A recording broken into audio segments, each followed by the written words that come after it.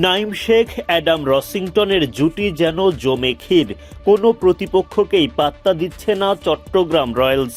Tournament শুরুর আগে সবার অবজ্ঞার চট্টগ্রামই এখন বিপিএলের রাজা, পয়েন্ট টেবিলের সবার ওপরে তারা। নাইম রসিংটনের জোড়া 50-র সাথে শেখ মেহেদী, শরীফুল ইসলামদের বোলিং দাপটে আরও একটা উড়ন্ত জয় চট্টগ্রামের। রবিবার সিলেট টাইটান্সের বিপক্ষে আগে বোলিংয়ে নামে চট্টগ্রাম রয়্যালস। ইনিংসের শুরু থেকেই দাপুটে বোলিং চট্টগ্রামের বোলারদের। দলটির অধিনায়ক শেখ মেহেদী মোট 6 জন বোলার ব্যবহার করেন, যাদের মধ্যে 5 জনই উইকেটের দেখা পান। দলের হয়ে সেরা বোলিং করেন অধিনায়ক মেহেদী নিজেই। 4 ওভার বোলিং করে মাত্র 18 রান খরচায় শিকার করেন জোড়া উইকেট।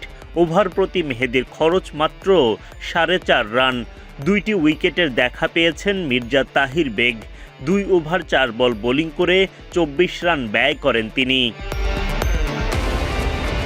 এর বাইরে চট্টগ্রামের হয়ে শরীফুল ইসলাম, মুকিদুল ইসলাম মুগ্ধ, আমির জামাল একটা করে উইকেট তোলেন।